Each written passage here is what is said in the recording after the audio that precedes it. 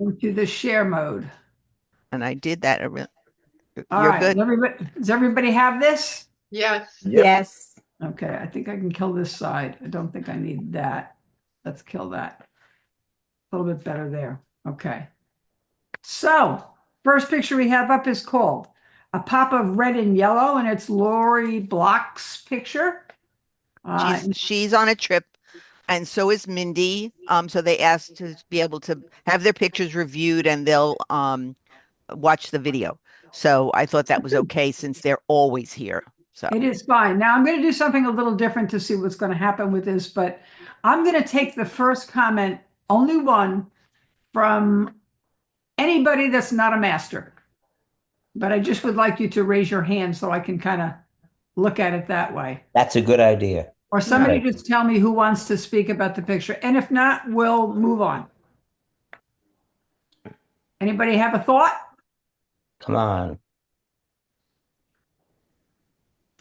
Couple of blown out areas and it looks like it's not 100% sharp. Where do you see the blown out areas now, Marty? The white Okay, in the picture. a little bit of white. a I little would bit of say white. it's okay, and I would say, Marty, it's not blown out, but the Mhm. whites are distracting. They're not overly clipped. They're just brighter than the other parts. So what you would like to see those white areas just toned down a little bit. Yeah, and also it doesn't look 100% sharp to my eyes anyway. That all depends upon what you want to be sharp. Do you want now the flower? I'm going to hit my button on this and blow this up. Is Yeah. this flower in your mind? And is this flower, are they sharp? No, And Sunday is 4:15, Steve, 4:15 and oh, 9:45. who's talking? Stuart. Good, we're around. Okay, thank you. Thank you. Okay, bye-bye. All right. All right. So my thinking is, Harv, do you see this as sharp? Can't hear you, Harv. You're on. Get rid of the mute. Okay. I see it's pretty sharp. I Me do. too.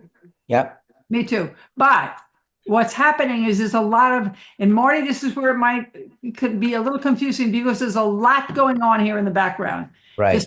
some extent, some of this has been blurred out back with the aperture as much as we could blur it out. But if the flower is right on top of the growth in the back, you can't really get rid of it. What you could do, and I think I did a little of this, I'm not sure if I did. Let me see if there's a difference. No, there's not. Okay, on that one. So bottom line is it's very difficult when you're shooting flowers to try to find a very, very clean, simplistic background.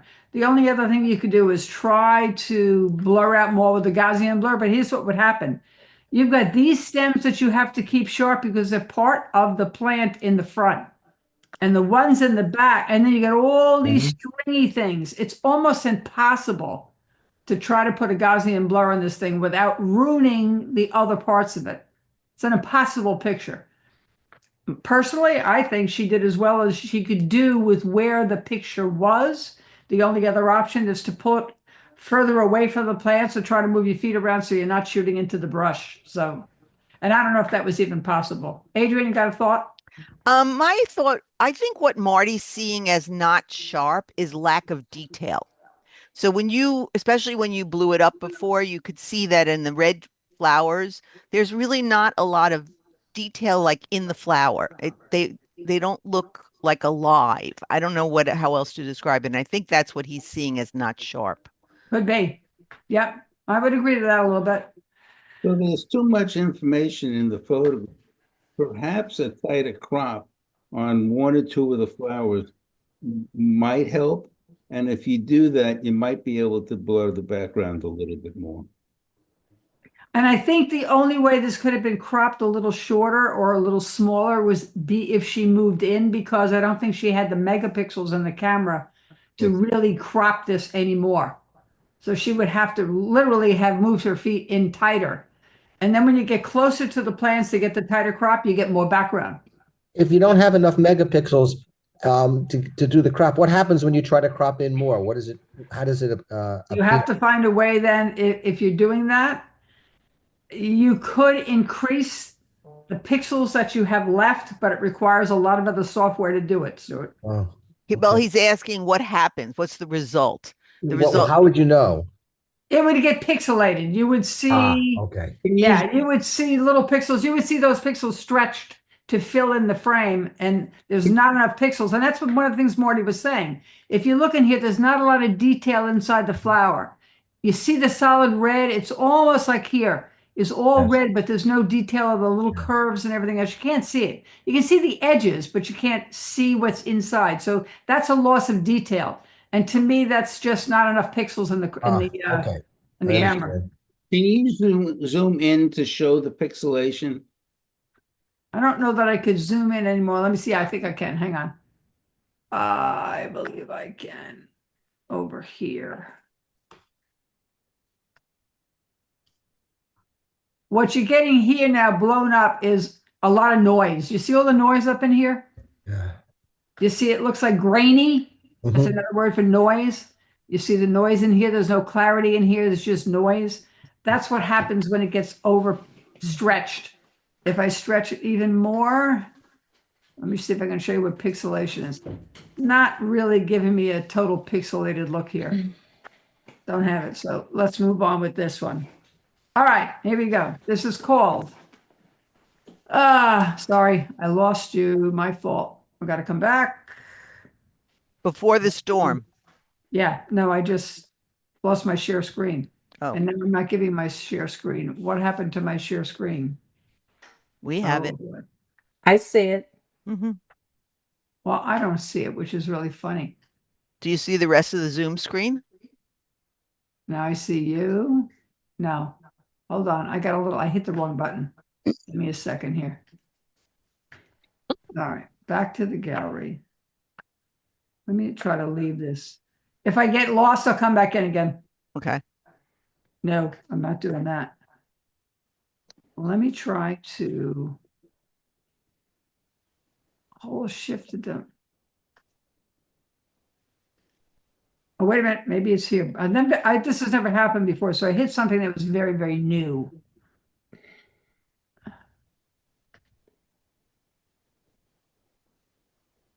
And I don't know how to even get out of the share screen. Hang on. Maybe it's here. I'm going to leave the meeting, come back, Adrian. Yeah, you might have to.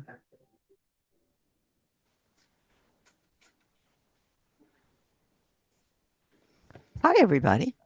Do you have any filters that can make us look younger? Yeah, Maybe she has an undo button. you can do it on Zoom. Okay, here we Yeah. go. Let's try this again. There you are. Yeah, I hit a button I didn't want to hit. Here we go. This is Leslie's, I believe. Yeah. Call Before the Storm. Leslie, what kind of bird is that? That's a turkey vulture. Okay. I Is- took him out of his cage and put him against a sky that I had shot another time. I like the fact that you were successful getting him out of the cage. Well done. It took a little while, but he got out. Yeah. Born free. How did you do that? Oh dear, now you're asking a very difficult question. Doris, how you do it is you go into a manual focus mode. And if you go into not exposure mode, focus mode. And if you go in manual focus, you then turn your ring. So instead of the camera picking up the bars in the front, it will pick up the bird in the back, but only if you have a zoom lens and you're a little zoomed out, and if you are in close and the bird is far away from the wire. Okay. Well, actually, I didn't do any of that. You're going to tell me this was a lucky one? This was actually shot, I believe, with my model iPhone 14. I shot it with my iPhone, and the cage was enclosed with chicken wire. So I made sure the lens was in between the wire and shot it that way. I got it. So you cheated. Okay. All right. So what do we feel about the picture? Anybody got a comment? Yeah, One for shoe I have a together? comment. Yeah, I have a Go. comment. Um, okay. I think the bird could be a little sharper, I think. Okay. The sky is beautiful and the bird is beautiful. I don't know where to look. I think the sky maybe is a little bit too nice, if that makes sense. For the subject itself. To me, the sky takes away from the subject. Um, Composition is nice. Um, nice shot. But I just see the sky to me is interfering with the bird itself. As In a my tool opinion. amateur, I love it. Adrian, Ira, what do you think? Well, there are some things about the picture that I really like. I love that she's leading the bird, that there's space on the right, and that she cropped it close on the left. I think that's great. I think the composite is fantastic that she was able to do that. I agree with Harvey that the sky does detract a little bit from the bird, but the major problem, in my opinion, is that it's very soft. It's not sharp. Now, Mhm. some people would say that sharpness is overrated. I think it would have helped. Answer your question. Leslie, is there a filter on this? You put a I did filter the over it? watercolor filter. Yeah. Okay. And that's why some of the detail of the feathers disappears a little bit with that watercolor filter. That's where we sit there and say it's not sharp or it's not as clear. You don't have the detail in the feathers when you put the filter on it sometimes. I don't know what it would have looked like without the filter. I might have liked it more, but I think there is a little bit of a clash between Yes. the sky and the bird. I'm not sure it's the right choice of sky. And so I would say the good thing is you're playing, you're doing, you're experimenting, and that's gonna come back to you in a positive way. But it's always difficult in the beginning of that process to try to figure out what really works, what doesn't work, what works color-wise, what works in terms of the sky is beautiful, but it's stormy, it's whatever, and your eye goes to the sky first and the bird second. Mhm. And Which it is what Harv said. complemented the bird, the blue. Would it have made a difference had I cropped it a little tighter and No, the gotten rid of some of the sky? No, not really. I don't think I so. don't think so. I would try different skies if you can. And I would take the filter off of it and play with the bird again. Mm-hmm. Play with it again in the same concept, but try different skies. And just try to take the filter off and see what you get. And then decide if you need the filter. And that goes back to that same thing. You all now know that you can play with filters. You all know where they are. You know that you're finding more and more of them. Some of you are. And the bottom line is, when should you use it? It's the choice. I don't know in this case that filter was the right filter for the bird here, but I'd have to see the original Leslie really know. Yeah. I actually like the softness of it. And I Okay. personally So take the was not sky missing out. the detail because I like that kind of watercolor effect, and because the sky wasn't crystal clear either, I kind of liked the way it kind of blended in my mind anyway. Try a different sky. See how Okay. that works with the filter and see what you get. Okay. But Leslie, if you wanted that, I'll say soft, that's up to you. Nothing wrong with that. If you like it like that. no, Nothing- there's not. There's Well, not. and the colors kind of worked too. I don't think the sky works with the bird. I No? think that Okay. orange is personally. Could Nice shot. could you sharpen it? Would that help? I think you'd come up Sharpen with the a lot of bird? noise in the sky. Should you do that back up in here? This is the thing. This is a very, very dramatic sky. And the drama of the sky is what pulls your eye. Mm-hmm. So in this case, I don't know that it works with this shot and the bird. So leave the filter, leave the bird as it is, swap out the sky. Okay. See what you get. Right. If I Okay. did something else, and can you go back to the picture, Ann? No one hit the wrong button again. When you do a sky replacement, something that I would do, and the lighting isn't quite right. The lighting is coming from left to right in front of the bird. So the birds, yet you have that very bright area in the sky, which would normally make the bird in shadow. So the sky doesn't go with the lighting of the sky doesn't go with the lighting of the bird. Oh, okay. I And do that's very understand that true. point. Yeah. See how bright, see, it looks like this is bright here on the back, bright here, but yet the light's coming from over here. No, I see what you're saying. Uh-huh. So, and that's where playing around over time starts to give you a better feel for that. So let's move on with this one. This one is Paul Hirschman's, and he's called the Black-Crowned Night Heron. Anyone from other than the masters want to make a comment? Well, I love the fact that the bird is in flight and it's so sharp. You know, it's just a freeze frame of the bird flying, and I love the detail that you can see in the feathers, that you see that big red eye or orange red eye, and the fact that the bird is carrying a twig, so then that kind of tells the story too. Correct. Okay. Adrian, got a thought? I love this picture. I think it's really great. The only things that bother me about it, which you cannot do anything about, are the dead leaves, Where it is. and the very dark area on the left on the bottom. So I'm going to say this about this bird because I know the bird well. These night herons, they tend to be very shy. They're very, very difficult to catch and fly because they normally are sleeping when you go there. They tuck in for the day and they're not out. But the thing about them is when they do come out and they're visible and they fly out, they're always in dense brush. Very rarely do you have a shot at one of these things without the background. It's almost impossible.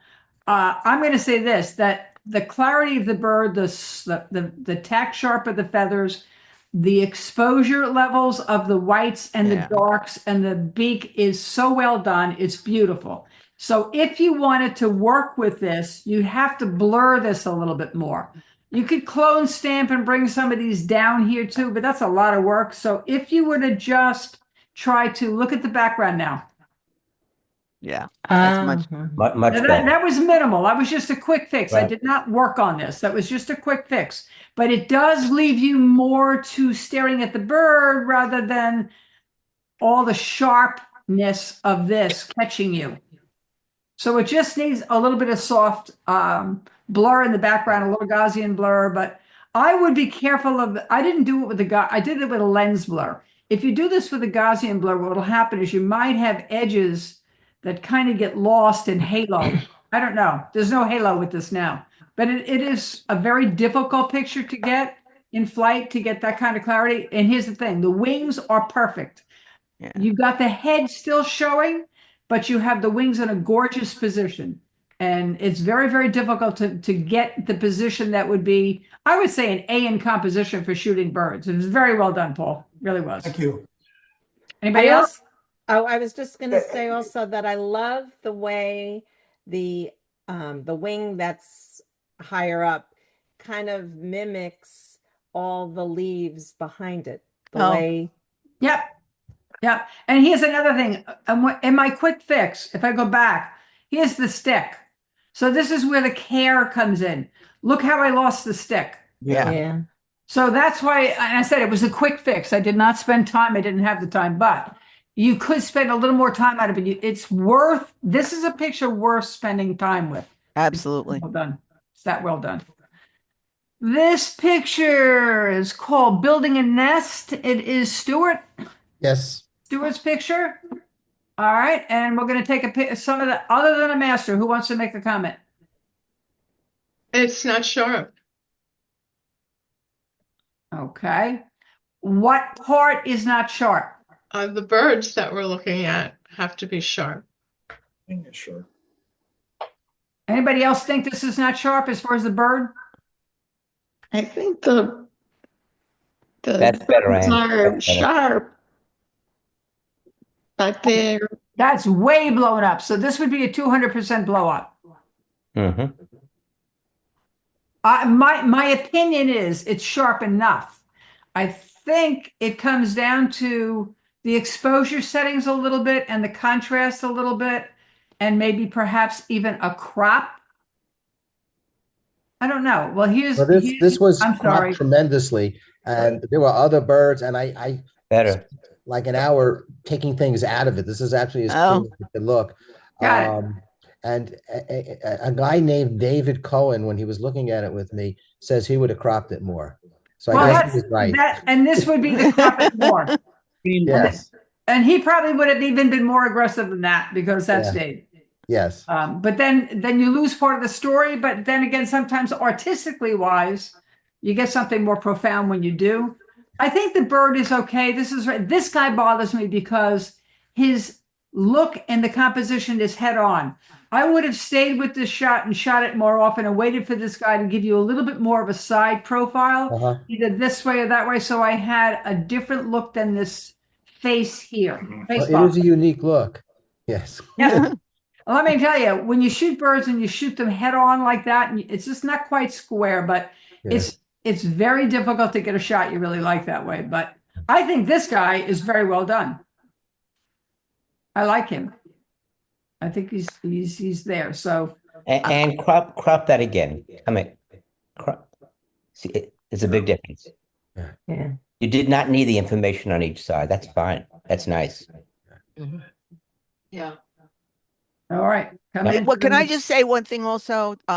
Stuart, I don't know what setting these two were in, but I would have moved a lot myself. I would have moved more to the right to see if I could get the whole beak for the back guy.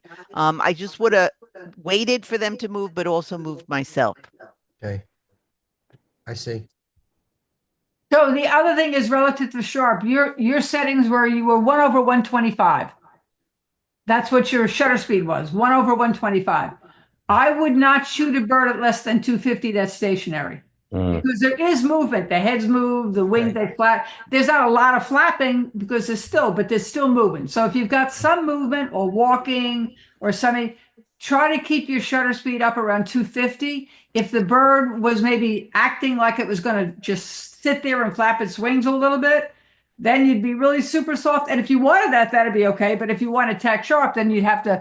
Paul and I were shooting this morning, and we're shooting birds. And if they're in flight, you're looking to be 1/3,500, 1/4,000, 1/. So 1/125 is low. Your f-stop was 4.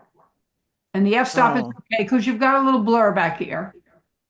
And you couldn't have gone any less than that anyway because you would have lost this back wing. You would have gotten the front wing, but you would have lost the back wing in focus because the depth of field wouldn't give you the back side of that bird. Okay. So, but cute birds, just adorable. So this is called Butterfly, Yes. and the butterfly is also Stewart's. Yes. Okay, so our thoughts about that.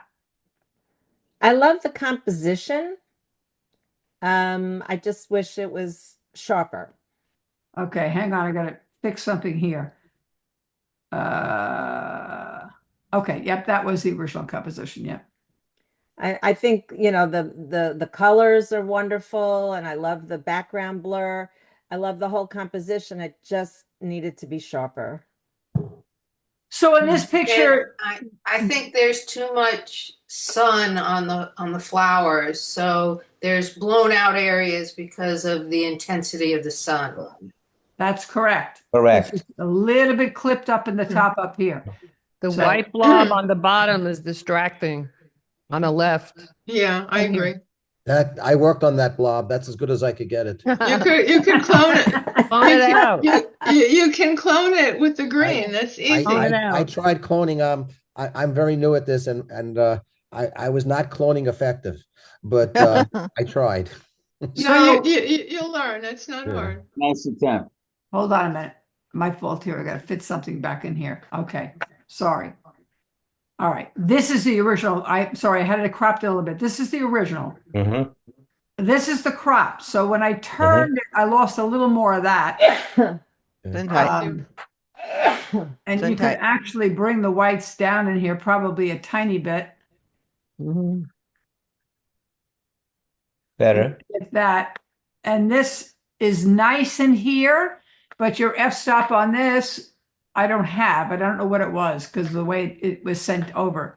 But this is blurry here and this is sharp in here.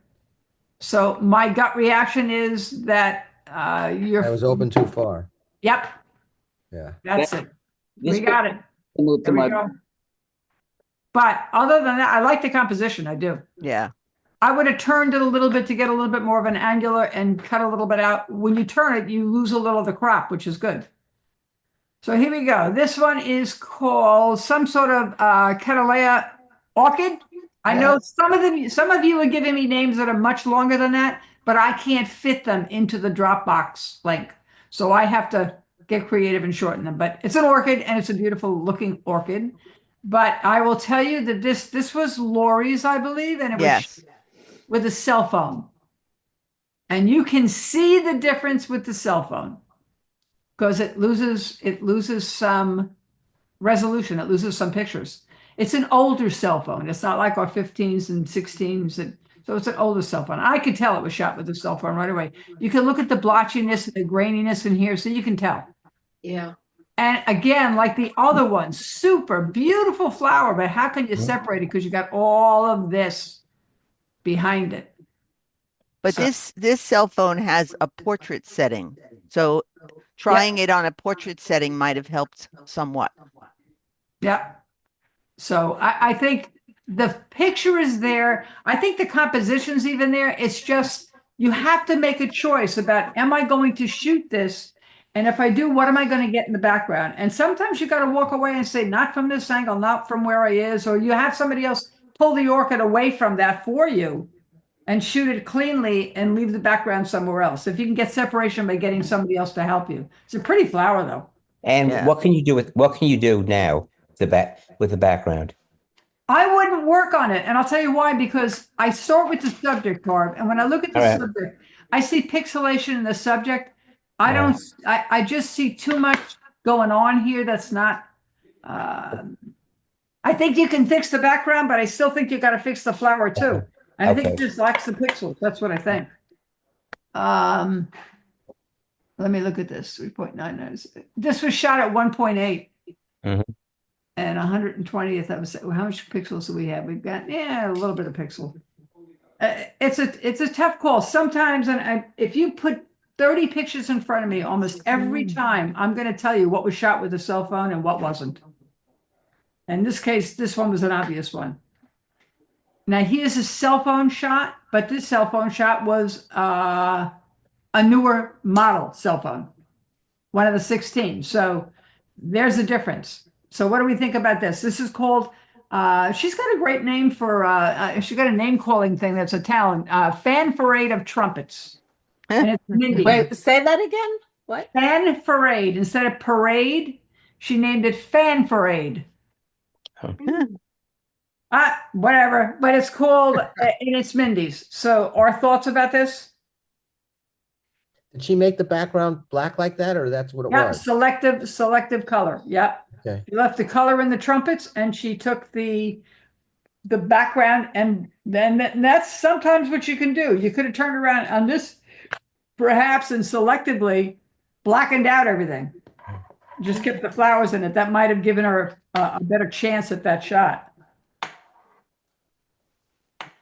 Composition wise and everything else, how do we feel about it? Do we like the selective color? I like this spectral color. I think it's gorgeous. I do too. Yeah. I would have liked to see it a little darker and maybe a little more contrast. I see stuff in those flowers, all those lines and textures that I think could be brought out a little bit more. So I think that maybe even a little more of a vignette on the corners might help this. But what I do see is, again, in the process of converting the selective color, look at the edge here. Do you see this? Yeah. This is something in most schools of photography, we'll pick that up, and that would be put it back in the shop and rework it, because you've got to clean the edge up. If you're going to do this, and I think it was a good idea to do it. I think the picture is really stunning. I think it's right up there with some of the best we've got today. But I think that for me, if I had a little bit of a cleaner edge on this, I would have been a little happier. And can you talk about the law of continuation? Yeah, the law of continuations is basically, if your mind will fill in the gaps. Your mind kind of fills into what you know is above or to the left or to the right. If there's a piece of the main subject out, Do you need it or can your mind fill it in? Now, maybe we'd say you're talking about up here, correct? That's correct. I don't know that I need to see that. It might have made it too busy when you got up here and got into the gnarly stuff where it was hanging from it. I don't know. That's where the rule of continuation would come in. That Correct. if you don't see the top, it's not really. Yeah, I don't think I need to see it. In essence, that's what we're saying. Do you need to see what got cropped out? In Is this it case, no. In this case, no. correct? Correct. Do you So want to comment on whether it's centered? I think that sometimes things that are centered work very well in a category called symmetry. And not all things should be off center. If she made the choice to keep this dead center, I think this is, if she cleaned up the edges on this, it might make a beautiful shot in any competition that would be called symmetry, which is symmetrical. It might be interesting to have the top blur as you go upwards, blur out like a vignette. and Well, come that's into what focus. yeah, I was thinking that maybe a little vignette might be nice on this, but not enough to really show it. But I'm not quite sure how that would have to happen. But I do like this picture. I think the picture is, Yeah, there's a it's, couple of black spots on the center flower, on the left flower, near the bottom. yep. Yeah. Do you want to say quickly how you would clean up the edges? Yeah, I would do it in the process that you use to selectify the color. I'm not sure what process she did, but if it was a brush or a clone stamp, I'd clone this in right here and I just make this really, really a hard edge. All right. She's got some nice edges up here, see it? And then she's got a nice edge here and it's here. And then right here, it goes south a little bit to here. Now she's got some good edge work down here. Right here, I'd clone that. And I either the remove tool or a clone the edge tool, but it's in the process of how you're applying the selective color and what you're using. And I don't know if she used a filter and allowed it to say, all right, let's give me selective color. Let's have the background. I'll turn it black and white. And let's say the machine and the software did it because you didn't physically manipulate it yourself with a brush, becomes harder to handle because now you're turning the software loose and letting it decide. So we'd have to have her here to know how this was done. Yeah, I would just say also that if you're going to the level that she did with this, because it's a phenomenal image, Yep. then go ahead and do it all the way. You have to go back in afterwards. So let's say she got this. I had a couple that I did. You go this far, then you go back in, you blow up each section and look carefully and fix it. It takes another 10 minutes or 15 minutes, but it is worth it. And that's the same thing about the spots. So if you're going to go in and work on a picture, work it all the way. Otherwise, at this stage with Mindy, and I didn't know whose picture this was, but I marked it down because of those areas. So when Yep. I'm scoring now, because I know you guys know what you're doing, it's just a matter of taking the time. So decide if you're going to go in all the way or not before you start. So now we're holding you accountable because we know that you should know better. Right. Not You all know of we're us. going to do this. Not all of us. it's freaking That's tricky. true. Yeah. That's true. Not all of us. Here we go. Let me see if I can go to this next one here. Okay, this one is called Forest Creatures, and it's by Steve.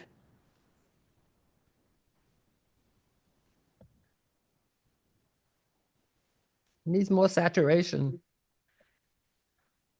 Okay. You could take a little more, maybe a little more contrast. That's true. Harv, you're muted. Sorry about that. What do you think, all of you, about the busyness and the amount of information in this picture? It's an establishing shot. Yeah. And I think it needs to be worked a little bit more. I think the first shot is there. And I look at the creatures and they're cute and I like them. I like the story it tells. And they are kind of storytelling. You know how they have that rule in photography where if you can shoot with a double or shooting twos or shooting threes, always shooting an odd number. They'll tell you that basically, if you have a choice to show something that's got three of them versus two of them, Right. make the choice to go with the three. I might crop this I don't know how I would crop it. Maybe I would just crop it into here. I don't know. Let's see. We could play with this a whole bunch of ways. I'm going to just take this right now. I'm going to turn this portrait wise. Yeah, I would have gotten, that's great to get rid of that bottom stuff because it's not contributing anything. Yeah. So the other shot is there. It gives you the working shot. You've got the shot. It's an establishing shot. Now you have to work it a little bit. You got to play with it a little bit. And if I hit it there, I Yeah. give it a little more contrast. And I might give it a little bit more clarity. And Marty said maybe a touch of saturation. So maybe there's something in there. I think this is a better crop for that picture. Any thoughts? Agree. Yes. Agree. Definitely. Right. Yeah, I didn't like the dirty water. Yeah. Your eye went right to it. Yeah. Yeah. And even with this, you could take this and kind of clone it out, but it doesn't bother me. But I think this is a better crop for it. I think, again, the picture was there. The composition had enough in it that you had the working material. So let me just see if I can move you. You're not going to move. Okay, good. Don't move. My screen is obnoxious. All right. This one is called I Like What I See. Mm. And it is Eileen Lerner's. Is it? No. No, I got it. Harry's. Sorry. It's Harry Tapankin. I had a look. It's a nice reflection. I took a lot of pictures like that, but I didn't have the whole reflection, only half a bird in the water. Let me tell you what makes it hard with reflections with flamingos. Unless they're in the water when they're low and they've got the necks down low when they get in, when you get the reflection of the bird underneath in the water, these tend to be very, very long. They almost become panoramic in a vertical sense because the bird is so long-legged and it's got such a long neck that when you try to capture the reflection in a bird like this, you get a lot of dead space right in here. Yeah. And so you're looking and you're saying, I wish there was a way to chop some of this out, but of course that's the composition and that's the bird. But it is a nice reflection shot, no question. I think I would have liked to have seen that canopy on the top side of the picture in the background removed with object removal. I would agree with that because that color distracts you from the top of the pelican. I mean the Yeah. flamingo, yeah. Yeah. Couldn't you just crop it down? Yeah, I would think you just crop it. You would. Yeah. You You want some probably balance could, between the top of the bird and yeah, reflected and bird. in this way you could. There you go. There you go. That's better. We can do that. It's not straight. No, I noticed that before too, Adrian. There we go. And now we got to watch what happened on the bottom down here because I don't want to lose the head. Now I got to come up here a little bit, which means I got to come in to come up. There Right. you go. There you go. There Yeah, you go. much better. Nice, very Yeah. nice. So that would be the advice there is just straighten it a little bit and take that top down a hair on it. And there's, I mean, if you wanted to work on this one at all, there's a lot of spots in the water, and I would take out the spots that are on the bird's reflection because Right those here. are distracting. Yeah. Right in there. I The think bird you could be have sharper. done- Go Could have ahead. had better contrast with Right. the beach is too bright. Yeah, I think so. And But did it you look- get the pictures that I worked on? Because this was Yeah. one of the ones They're I worked They're on. coming at the end. I Okay. did. All right. Because it's All right. really funny. Like I took some of these suggestions and I reworked this picture. Yeah, so I just gave that a Yeah. little. Okay. Okay. I think I got it. Maybe I didn't, Adrian. I did get them. I don't know who brought them in. I might have to go find them. I'm That's sorry. all right. It's not that important. I Okay, see a here we go. feeder I should have taken out. What What are was you? that? Oh, in the A back. feeder in the background, Yeah. to the right of his tail. Yeah. This one you can take out. You can take this bird out. And you can take this bird out. You can even take the rope out. I mean, you could keep going with taking out, but it might clean it up a little bit. But the pictures here, it's very workable. It's got working material. So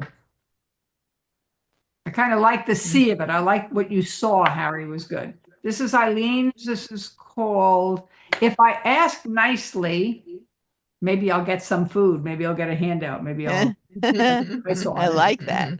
Yeah. Because it's got a sweet face now. Yeah. There's a lot of flamingos, not flamingos. There's a lot of, although we went to Flamingo Gardens, what we got is peacocks and we got Muscovy ducks. Yeah. And when you get the Muscovy duck, the question is the eye clean? Is the exposure good? Is it too clipped, too white, too dark? I think in all things considered with the way this is edited out in terms of the sharpness of the eye, this is a young one because he doesn't have all his head filled in with this mottled stuff that comes on it. It's a nice portrait. It really is. I like the angle. It's different because it's shot more from above as opposed to horizontal. Yep. Even got a little catchlight in the eye, just a touch. So, and it's got some nice shading down here going into the back. I think it's some beautiful feathering up in here. It's nice. So well done. Thank you. Now here we go into our Peacock City. Okay. Peacock City. It's like, wow, we went to Flamingo Gardens and we shot peacocks. Indian peafowl, this is Paul's. So now you're looking at all of these pictures. Look at the composition, look at the clarity, look at the sharpness, look at the eye, look at the detail, and look at the color and the exposure. So what do we got on this? Sharp and nice. Yeah, just beautiful.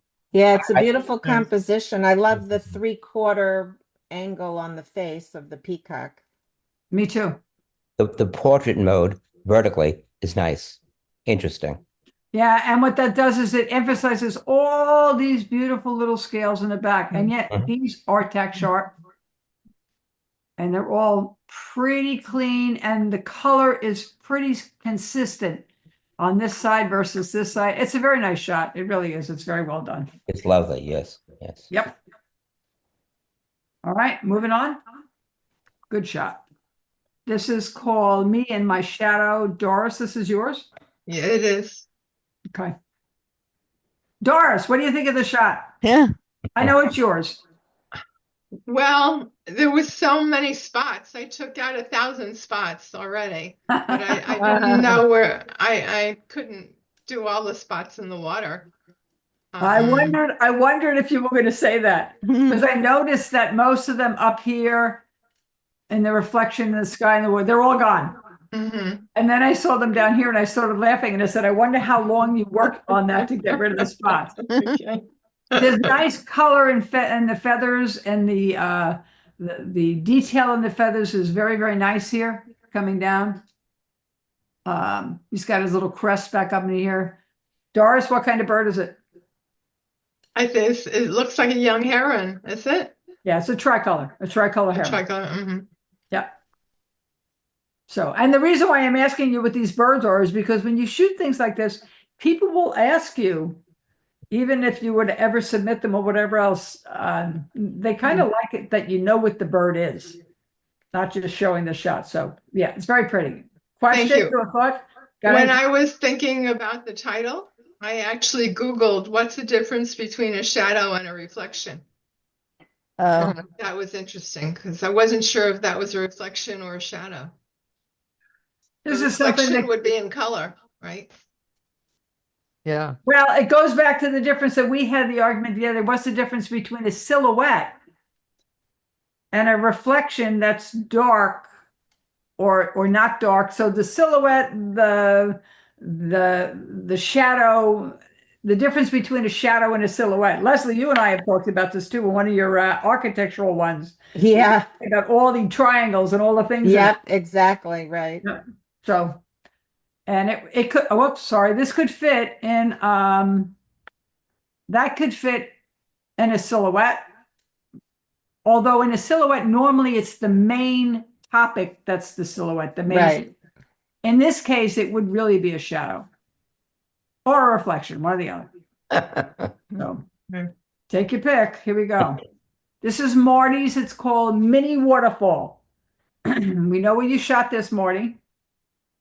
So I have a question. Was this cropped a great deal? Yes, I cropped the top off. There was like a concrete area in the back. I cropped that out just to keep the waterfall and all the different colors. Concentrate on Yeah. the colors.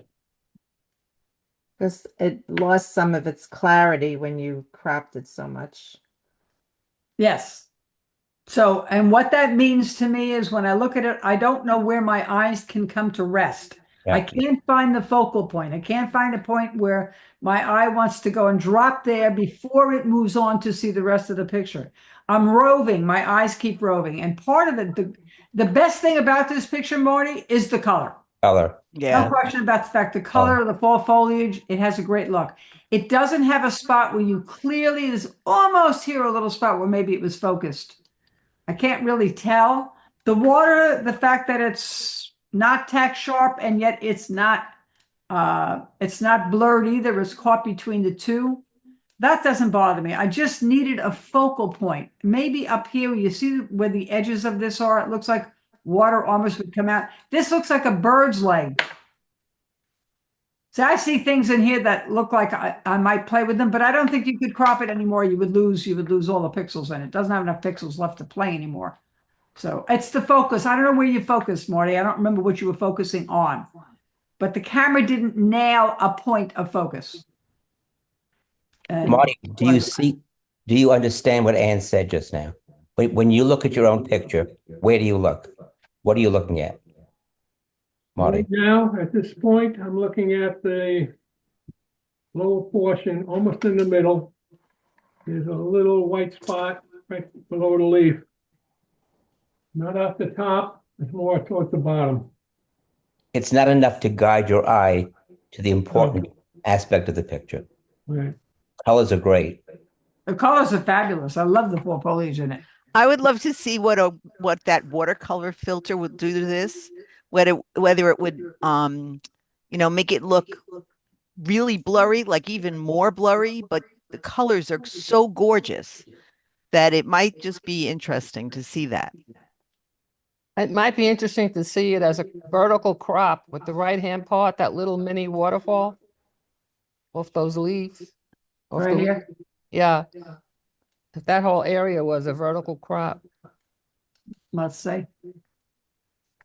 I don't know that we've got enough pixels to do this because he's already cropped a lot of it out. Right there, too much. Okay.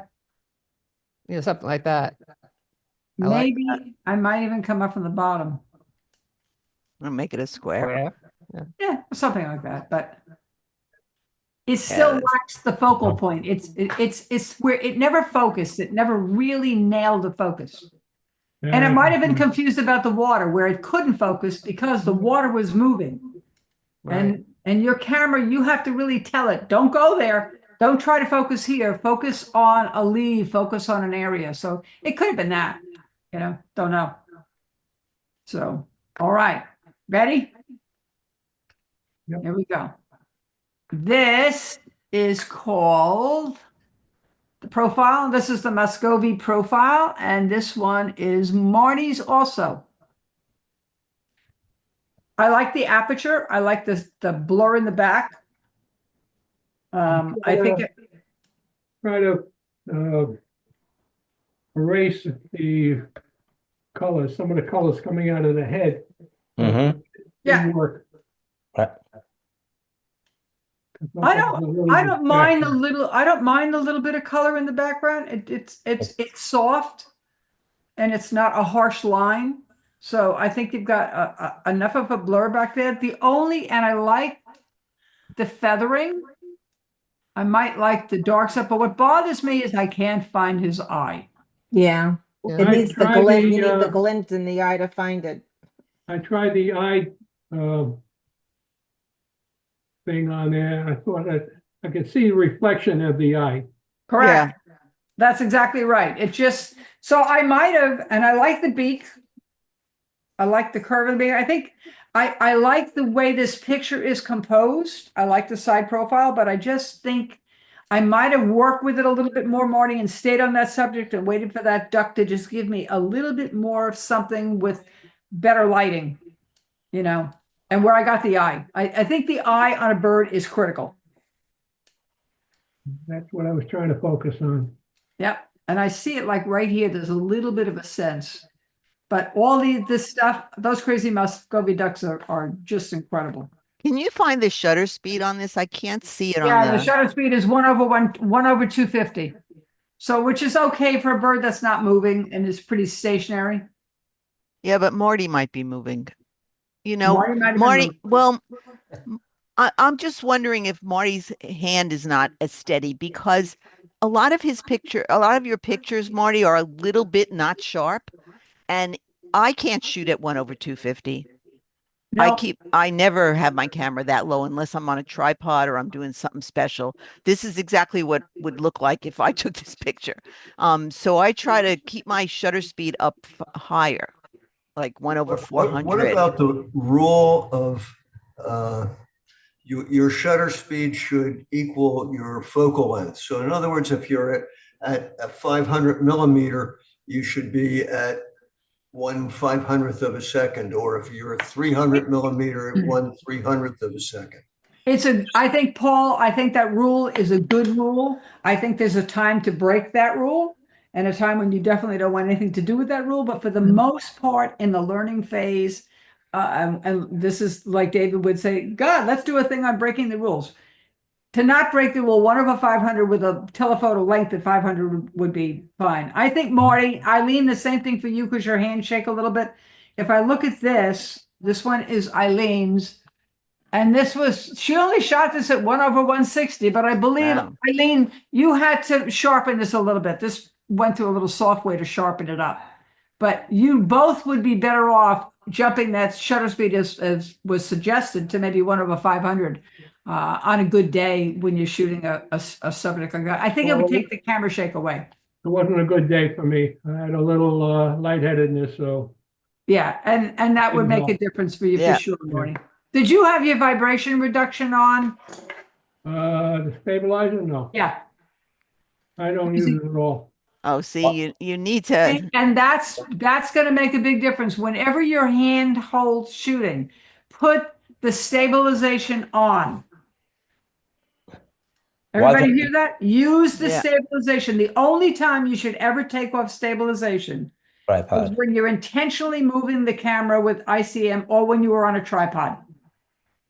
You're on a tripod, then you want to turn around and take it off, and you'll forget to do that because that's what everybody does. They forget because it's always on. I never take my vibration reduction off. So I have a little note when I see the tripod come out and take the vibration reduction off. So why do you need to take it off? Well, you take the switch off and toggle it off. Don't apply it. Turn it off in the settings. What difference does it make? The stabilization handshake when you're hand holding and you're at slower shutter speeds, it does tend to just stop the little bit of movement that gives you a little bit of not the clarity. See, this is a little bit not quite clean here. No, I understand what you're saying, but how does it affect your picture when you're using a tripod if you don't use? Okay, well, here's the thing, and that's a very good question, Harrison. So here's where it is. If you go on a tripod, your camera, when it's on stabilization on, will start to hunt for the shake to shut it down.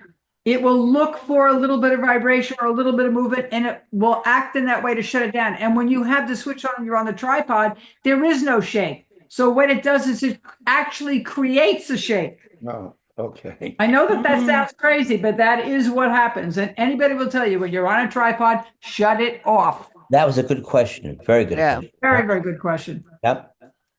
Yep. Okay, here we go. We're on Old Blue Eyes. This is Doris's. Beautiful shot. That blue eye in contrast to the red face. It's beautiful. Very nice, tack sharp. Yeah. Yeah.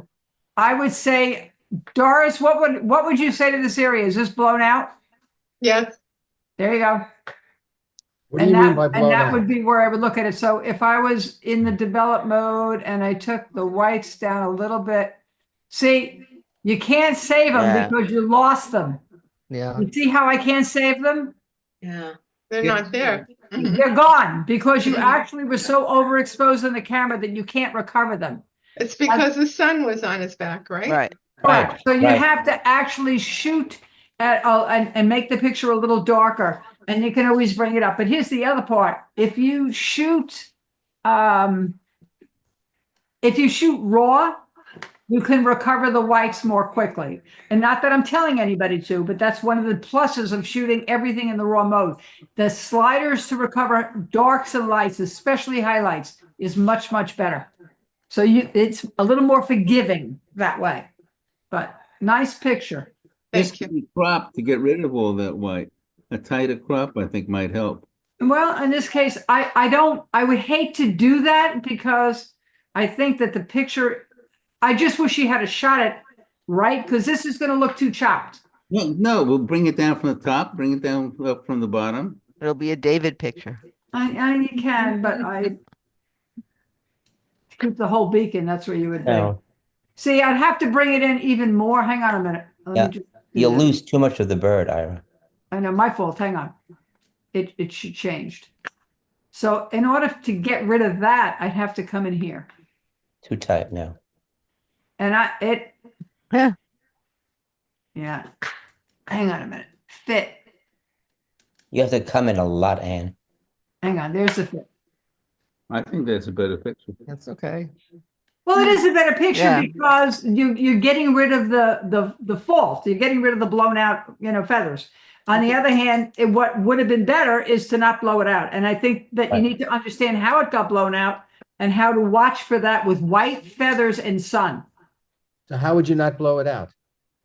Drop your exposure levels. Okay. Shoot it so that your histogram is a little more slanted this way to the left. And these highlights, see this clip, see this area right here? Yeah. On the top of the histogram where my mouse is, follow my mouse right here. Yeah. Okay, and what happens is right up here, you lose some of these, they go off the screen. If I move them down, see how see how they recover? Uh-huh. You see the histogram? Right. But the problem is the information was lost. So it can't recover pixels that aren't there. We've actually lost the pixels in it. Okay. So I could try to crop it tighter and add more foliage to the right. yeah, you could do that. You could do that. The other way to do it takes more time, Doris, is to clone this out and clone it in. Okay. Never look good. Yeah, I think that will probably come out blotchy after a lot of frustration. It would be a lot of work. You'd have to be very talented to make it happen. Yeah. I just want to say something about the cropping. Although I like that really tight crop, I like the swoosh of the curves when you see this part of the bird. And that's why it's worth it to try to see if you could have done it without losing that, without all of that overexposure. Yep. So the shot was there and you saw it. The composition is good. You just blew out your exposure a little bit. That's all. That's what they call high dynamic range. That's like an HDR almost shot. So, all right, this is, I think, Leslie said, did you cheat and put your camera lens through the fence, or did you get rid of the fence? No, this was shot with my Sony camera, I believe. And does it say which camera? I think it was my Sony. Yeah, I think it was too. It's a Sony. So yeah. did you eliminate the fence on it? It kind of naturally, I didn't have to do anything to it. It naturally got rid of the cage for me in the front. Okay. But I still selected it, took it out, and put it against one of these fan palm leaves that I shot while I was there. Yeah. Yeah, good for There was you. a lot of there were some pretty fans all over the place. The background is beautiful for this Yeah, because picture. I love the way the light Beautiful. was coming through the leaves. Mm-hmm. Composition, the composite is So this is a better choice of background than, let's say, the buzzard was, the vulture. Right. Much better. Much better. Here's my thinking on this. Look at the difference. Yeah, exactly. That was bothering me a lot. It bothers me. Anything coming out of a subject's head bothers me. So you still have it framed with those leaves. You still have everything you have. Oh, Oh, Take yeah, I this get out it. right Okay. here. And it makes a difference. Yeah. Mhm. Uh-huh. So nice shot. Well done. I like that.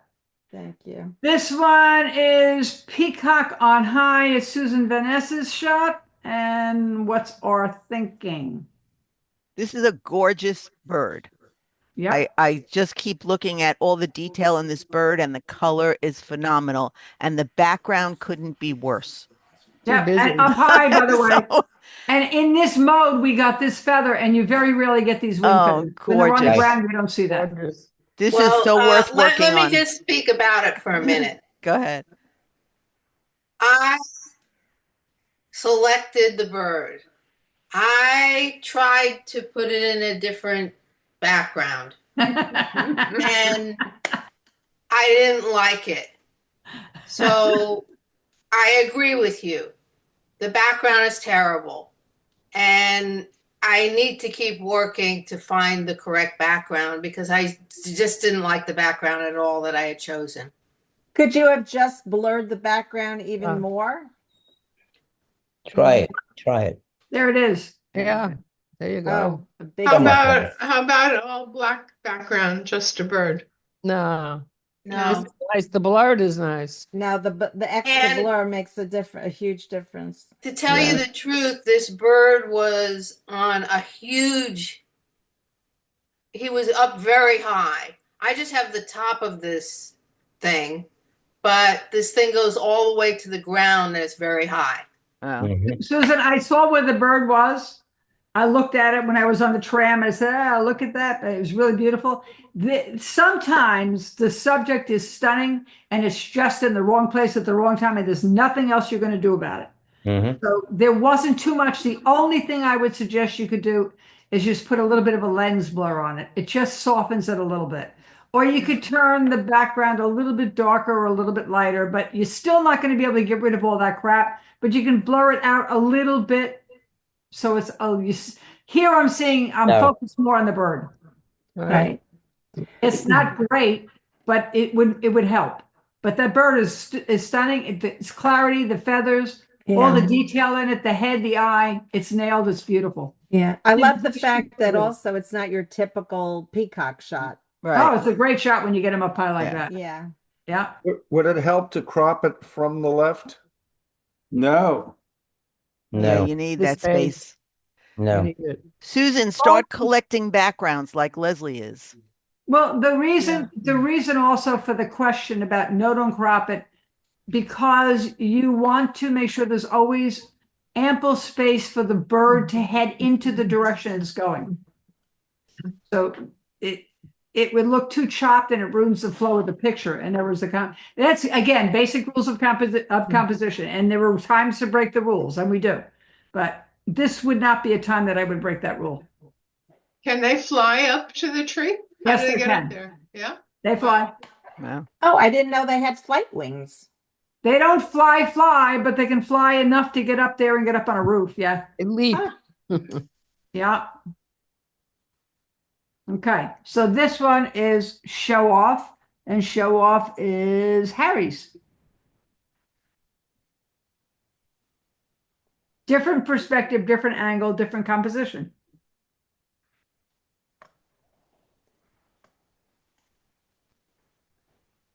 Yes. It'd be nicer if his face was looking up. Yeah. There you go. Or That's off to the it. side a little bit. Yeah. That's it. There's that head on with those birds with the eyes not coming clear and the beak straight on. And that's and this I don't mind this in terms of the symmetry of this coming out. And I do like this. I just don't like this head angle. So I would have played with him and stalked him a little bit more and Right. shot him 50 million different ways, Yeah. just to get a little more eye contact with him. And then you would have gotten the crest right up here a little bit better. But that is a tough bird to shoot, by the way, in terms of focal length and a lot of decisions to make with what it does. I didn't like any of my peacock shots. Yeah, they're difficult. They really I are. only saw one that was opened up the whole time. I didn't see All any. right, so this one is That's called precious. Spray. This is Mindy's. It's called Spray and Play. This is That's cute. absolutely precious. Love it. Love Composition on that. this is That is very such a nice. playful picture. Yeah, makes you smile. Yeah. That's great. Yeah, it's very, very cute. It's got a little vignette. My feeling about vignettes are you got to soften the edges on this because you don't want to have a very noticeable vignette where it screams at you and says, "Hi, I've been vignetted." So that's what this is doing because I can see the lines almost on it. So I would soften this vignette down. I love the exposure of this of the skunk. I think the darks could be brought up a little bit, but you know what I'm going to say? Animals, birds, where are we going here? The eye, there's no eye. There's no eye, and we lost a little bit of detail right down here in the shadows. And if I try to bring it up, I think I did play with bringing it up a little bit. You see, it's kind of lost. It was better actually with the exposure where she had it, but you're looking for that eye. And it's everything about this shot is adorable, except I just would have liked an eye. That's all. So on a home run shot, it's a home run shot minus the eye comes down a little bit lower in the score. I love that the white is not blown out and it's tacked off. I think that's hard to do. She did a great job on Yep. She did. She all did. But if you were looking at this to really critique it, and so she would know that when you're looking at your viewfinder after the shot, did I get the eye? And if you can, try to stay with it. Make sure your camera is focused on the eye. Make that your focal point right here. And expose for this. And then you can adjust everything else. The exposure of this is very nice. I love the wood grain back here. I don't mind the cement. I like the shadows. I just would have liked a little bit more detail right here. But I love this right here. Yeah. Little mouth. The little mouth is not quite clear. It lacks a little bit in the way of pixels. But are you okay with the background being slanted? Probably from where she was sitting in the angle, maybe. I mean, you could turn it. I don't think it bothers me. Does it bother anybody else? No.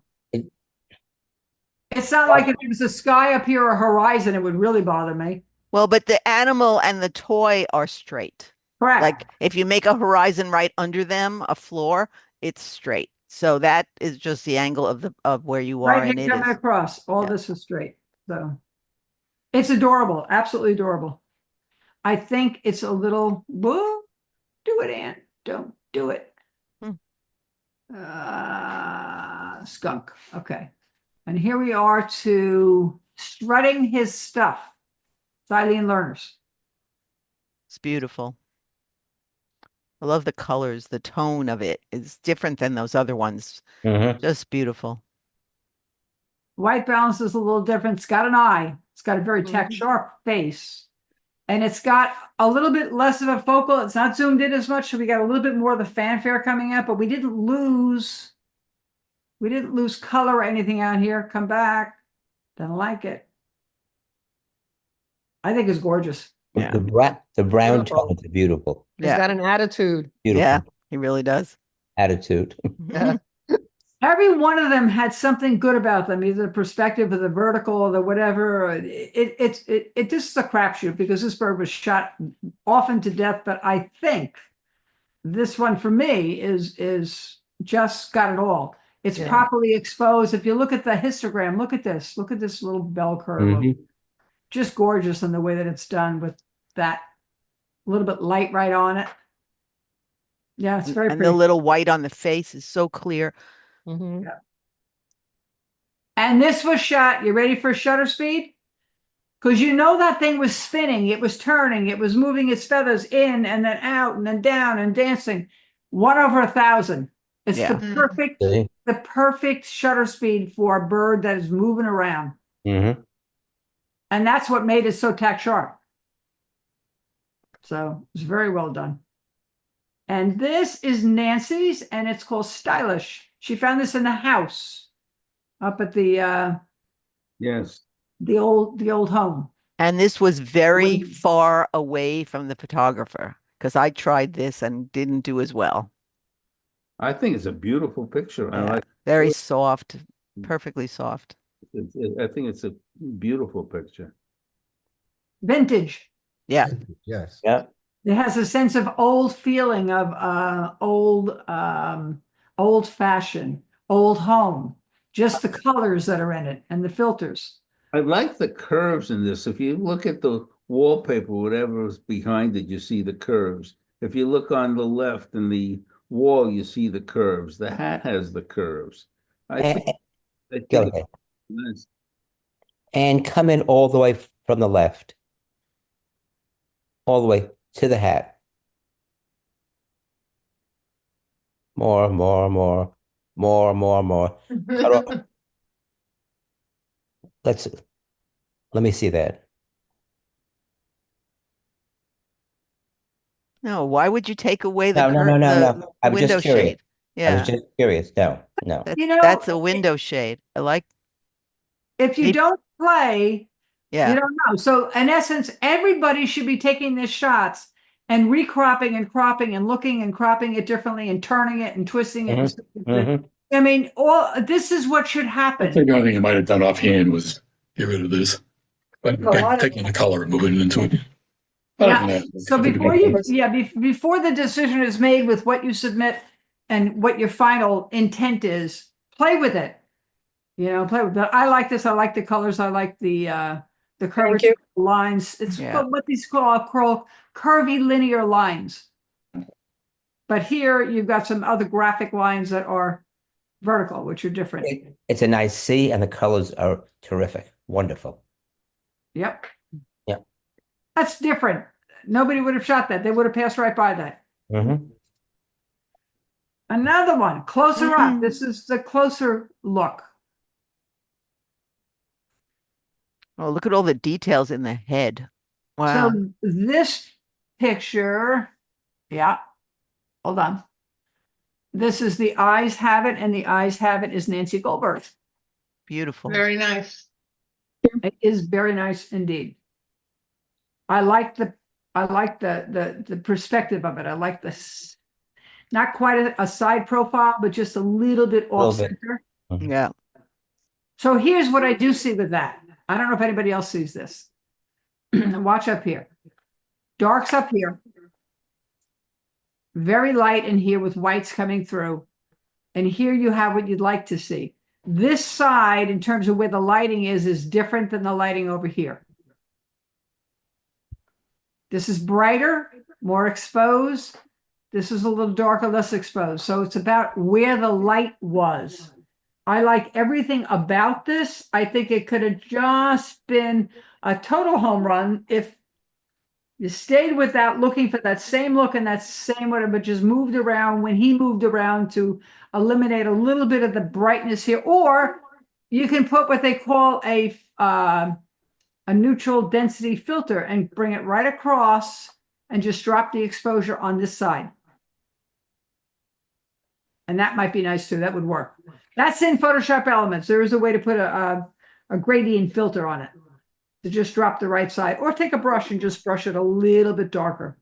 But it's other than that, the eyes, the head, the perspective, and it's a really good C. You really moved well to get a great composition on it. Nancy, you need to make a folder where you put these pictures that are a little bit more exceptional than some of your other pictures. So you have them for the show for next year or for whatever. Otherwise, you'll never find them again. Okay, so I Yeah, the am problem. Just a separate note, Adrian, regarding that, I guess we need to have definition on dimension.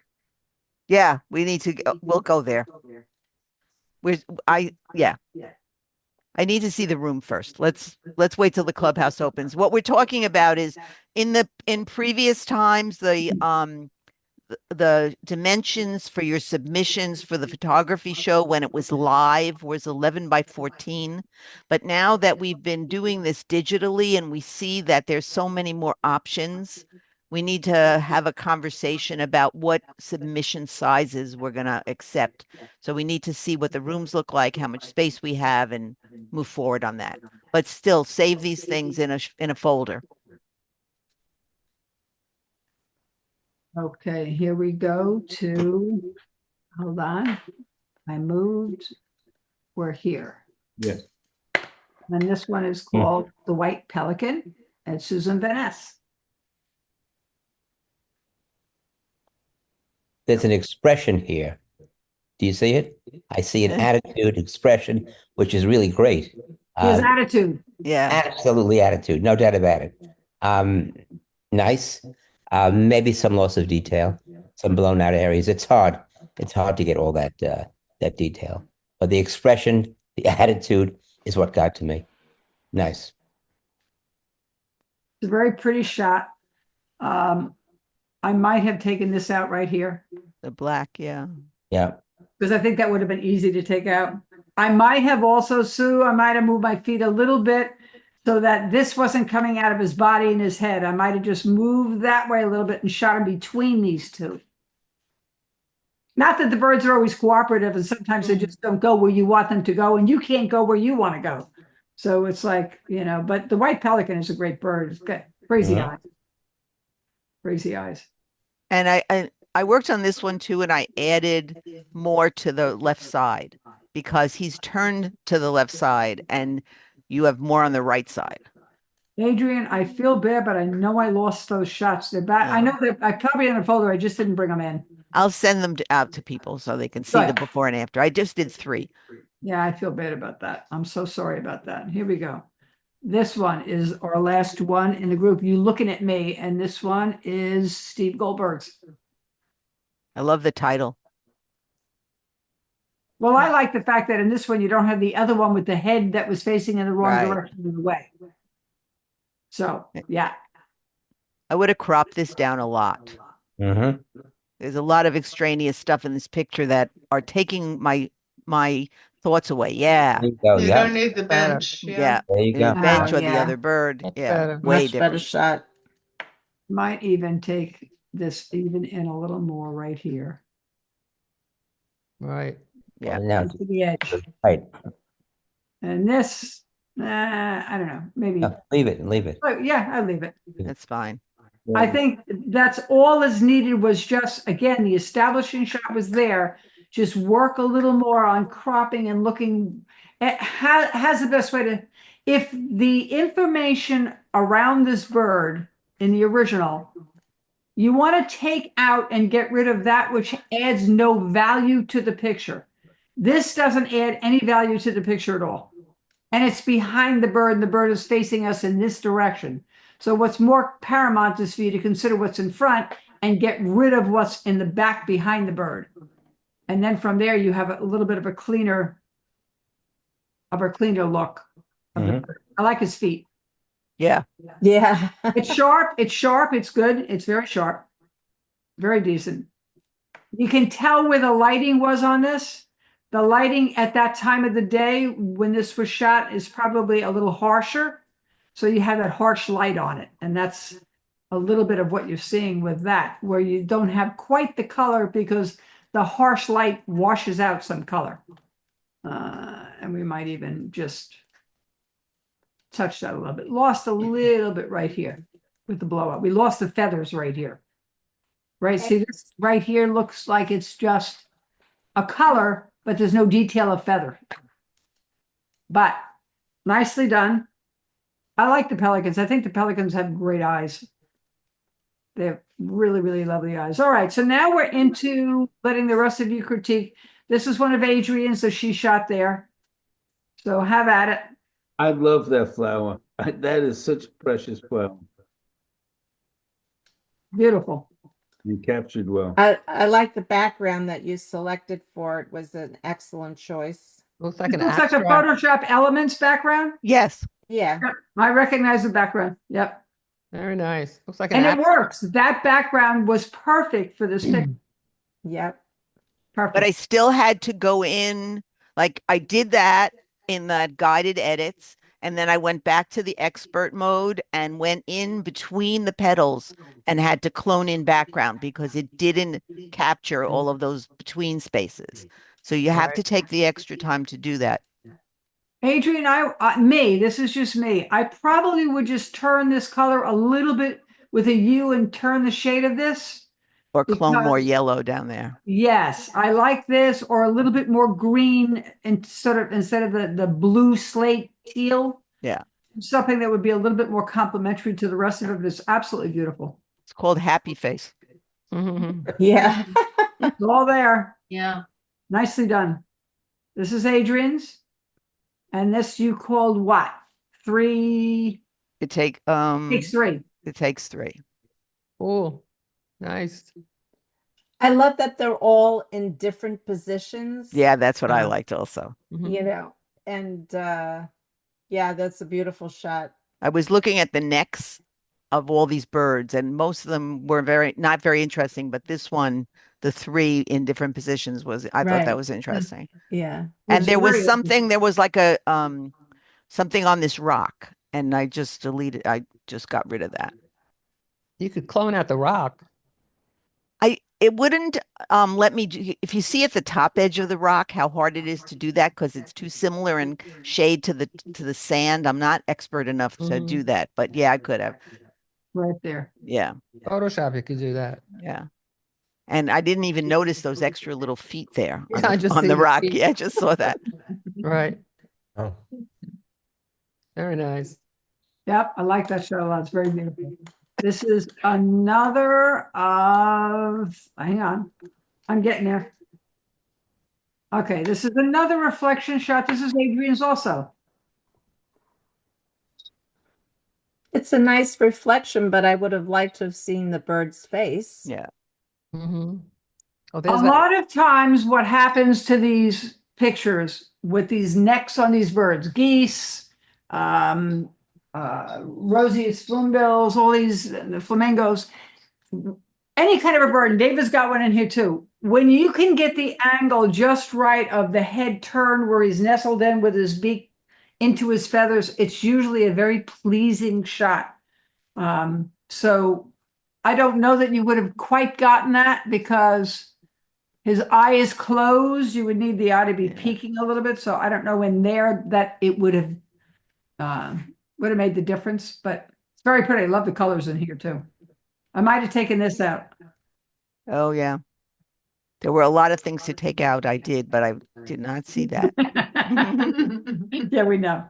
All right, this is Ira's. I love this. Good one. Oh, what a face. And so, yeah, Oh, wow. it's Beautiful. framed beautifully. Look at the feathers in this. They're perfect. The eye is perfect. The eye is looking at us kind of from the side. It's definitely aware that we're here. The crop is great. Negative space is great. It's beautiful. It's a gorgeous shot. It's Those beautiful. those ducks are actually just so ugly. They're actually beautiful. Yeah. Correct. Yeah. But you see Marty on your shot, Marty, before we couldn't find the eye, but here he's got the eye. So you have to be patient with birds or animals to get their eye, to get them right. You just can't quit until you get it. That's a face that only a mother can love. Yeah. It's beautiful in terms of just the detail. Every little inch of the detail in here is just a stunning shot. Yeah, I mean, and I like the everything's so frame. It's the sharp. frame we saw. I think Mindy had a similar frame a couple of weeks ago, and it was that half frame or 3/4 frame. It's very nice. Thank you. Very pretty. This is Ira's also. Pineapple. Oh, I love the light on this. I do too. The lighting is just gorgeous. So I have a question. How do you get the black background and then still have all those little sharp points sticking out and so perfect? In your selection mode, or in whatever mode you do with your brushes or your selection, with a little marching ants, whatever it might be. Did you have to go around each one of those little leaves sticking out? It depends on what the background is and whether or not the program can sort out the subject from the background. If you have a super busy background that's similar in color, I don't care how good the software is, it just doesn't work as well because it's harder to really select just the pineapple. But if you have the background is a little more open around it, and you've got a little more room and you've got contrast, it makes it easier for the program to pick it up. Ira, did you have to go around each leaf? No, no. As a matter of fact, I did a quick select, and it just Wow. the object select. I'm sorry, object select nowadays is so great. Wow. You really don't have to do too much. Right. Depends upon what the background is and what the contrast is in the original picture from the subject to the background. But this was beautiful. Very nicely done. Thank you. Hold on. All right. So Ira came up with 3 different ways of showing, and I'll show you all 3. 3 different versions of those peacock feathers. Like the first. With some filters and yes, so you can take one shot and work the hell out of it. They look like woodcuts. That's like a pair of eyes. I like this They're because so good. Yeah, they're great. this is a little different with more of the wood plank kind of Yeah, I feel like that behind it. one. And this one doesn't do That's it a little for too me. much going on. Me too. That's the one I like. Yeah, first. Pretty wild.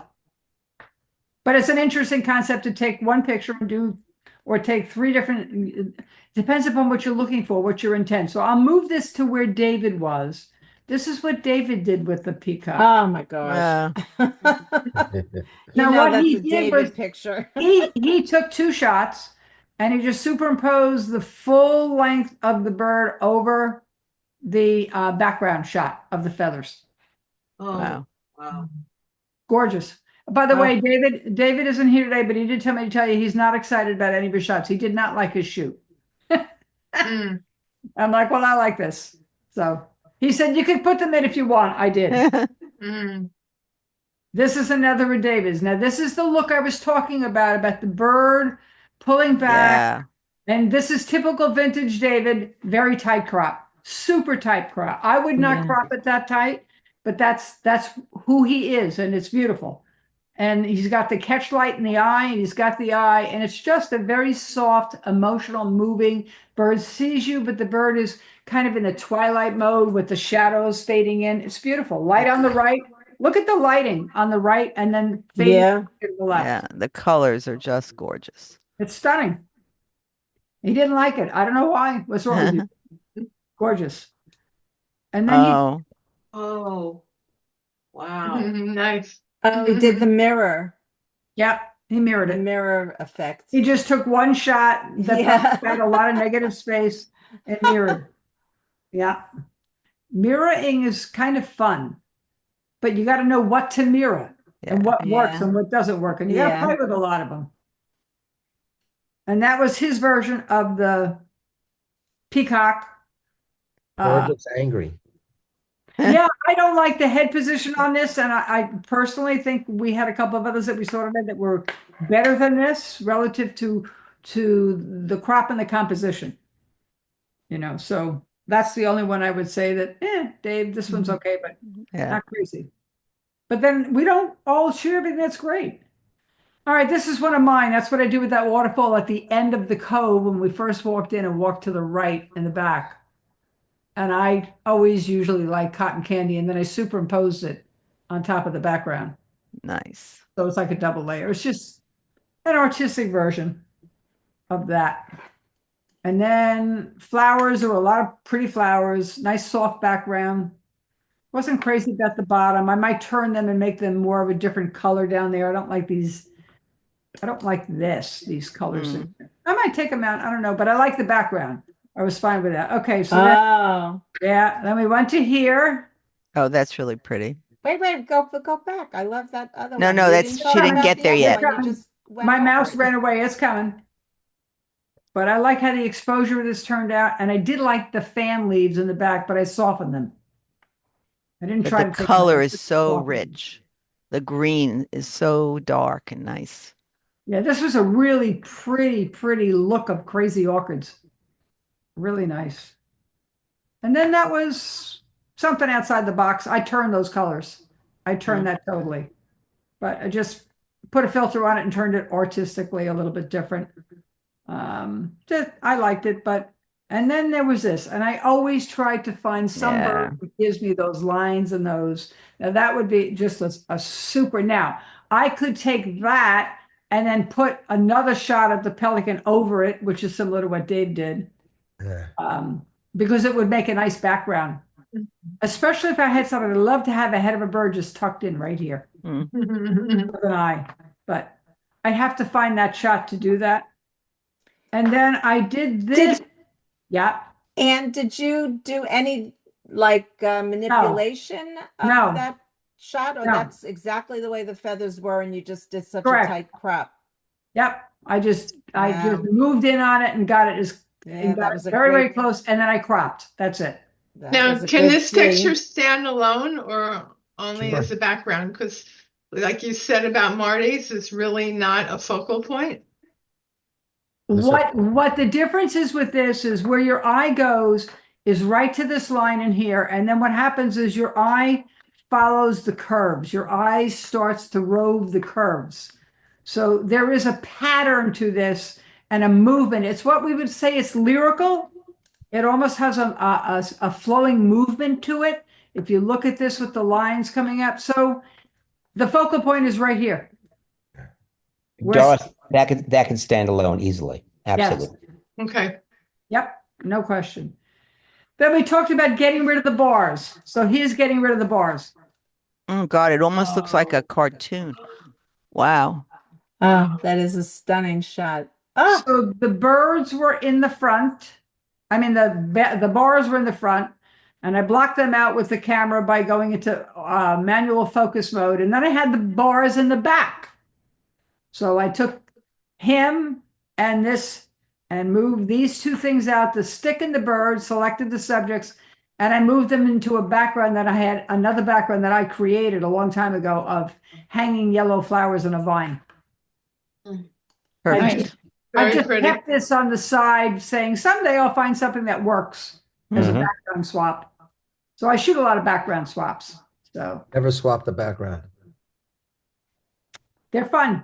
It's kind of a fun thing to do, depending, you gotta get the right background. And sometimes, now what I would say, here's the fault. Anybody got the fault with this picture that somebody would say they would deduct? The brown bar that's coming from the beak. No, because that is the color of it, and that is all the stitches. And this No, is, no. Behind it from the background. The vertical. There's a bar in the back that behind brown? him. This Yeah. one? Brown? Yeah.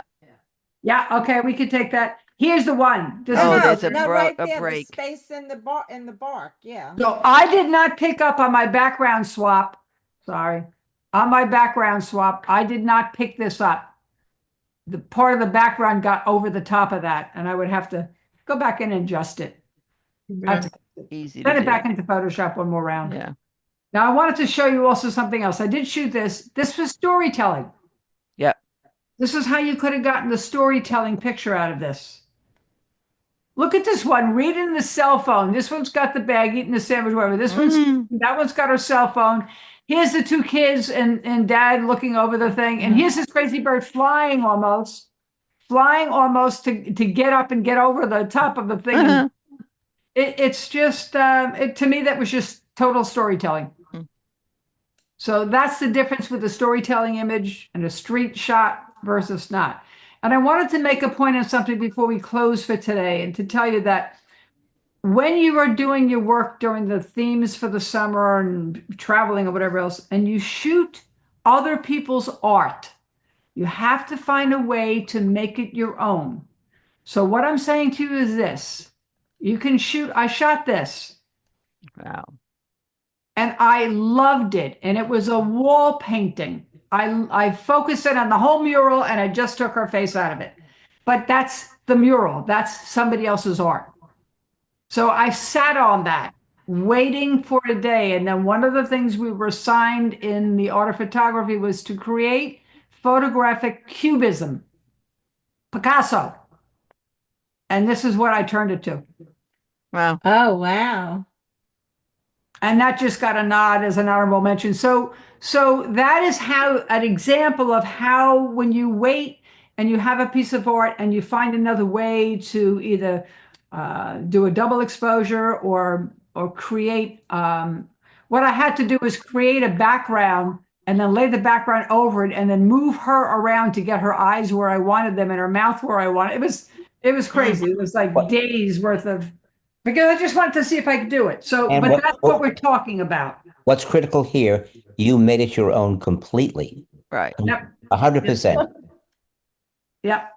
So, and that's what I would tell you to think about. Don't not shoot this, but no, there's nothing you're going to do with that until you figure out a way to make that very specially something that works for you outside the box. And it might not be for a year or two. You might have that in your arsenal for 3-4 years before something comes up. You say, I wonder what would happen if I converted that to cubism. There it was. So just an example. I just wanted to say something, Stuart. Are you still here? Yeah, there you are. I'm here. You said you never changed out a background. Correct. In Photoshop Elements, in the guided edits, there's a thing that takes you through it. That's how I did that happy face flower. It's like 4 clicks. You're gonna get my mind working that way. Yeah. But it's really fun. One of the things that we're going to do next year, David and I were talking about this, and I think there's a way to do it.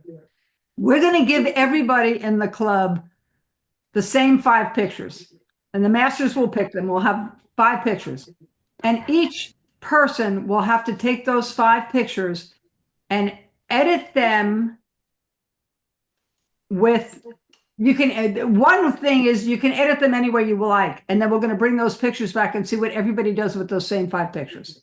The other thing we're going to do is we're going to give you 5 pictures, and we're going to tell you, this is what we want you to use in the guided edit, and you have to go and work it with this tool. And it might be a background swap, and it could be any background you want. Doesn't have to be the same as everybody else's, but you will use the guided edit tool to make it work and make it your own. And then we'll compare them. And so that's going to make you go back into the guided edits and work with them a little bit more to figure out how. And then obviously we're hoping when the clubhouse works out that we can do a little more individual stuff with 3 or 4 in a small group, various ability groupings, and you'll participate in those things that you're ready to participate in. You know, it's like if I had somebody with me like this morning with the bird shoot that we did with Paul, a lot of people would be uncomfortable about that. They wouldn't be ready to do that. They don't have the equipment and the knowledge base to do it. But there are certain things at various levels I think we can work out where we can do some work with smaller groups up there. That's what we'd like to do. And even if we have one table over there doing one thing and one table over there, we can even have some of that going on. So, but I think it would be fun to also, we got another exercise. Adrian, we didn't tell you this one yet. This is the third one. One is everybody turns around and edits the same 5 pictures any way you want. Second one is you can only do what we tell you to do with the tools that we give you. And the last thing is no editing whatsoever. You are going to submit 3 shots and you cannot edit them at all. You cannot crop them. You cannot turn them. You cannot slider them. You cannot change your exposure. You can't add saturation. You cannot touch it. We want the picture right out of the camera, completely set the way it came out of your camera. And I think that's going to make you look a little bit more about moving your feet around and what's there and how can I get the best out of this. And we might even put you, I don't know that we might let you shoot whatever you want. I'm not sure. But there's also another exercise where you put you all in the same small area and tell you to shoot. You and I did that with Ed Salmons. You remember that? Yeah, it's fun. And yeah, I said, did you that get it? Sounds like fun. You guys came up with some really good ideas. Well, I think it'll be interesting for everybody to see who's doing what with what, how you're seeing it. Yeah. So that's just food for thought for next year. So, and Adrian, you'll put out your themes so everybody have a little bit of an advantage of knowing. Yeah, we're going to give you guys all the themes for the whole season next year. So you can, over the summer, when you have a lot of downtime, you can start working on them.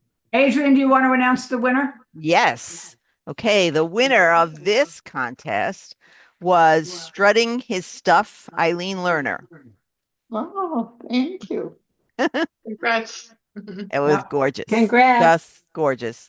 Nice, Eileen. Very We nice. got to tell you, there was a bunch. There was a number of images that were worthy of really taking a good look at. That made us have to decide it. So, if you didn't get that nod for the single one spot, maybe Adrian, maybe you should give 3 next year when we do this. Give 3 All awards. right, let's think about that. Rather than 1. I don't think the 1 is enough because I think we had 3 easily. All right, I got to go cook dinner. Good night, everybody. Bye. Bye. Thank you, Thank everyone. you. Okay. Safe Bye-bye. travels.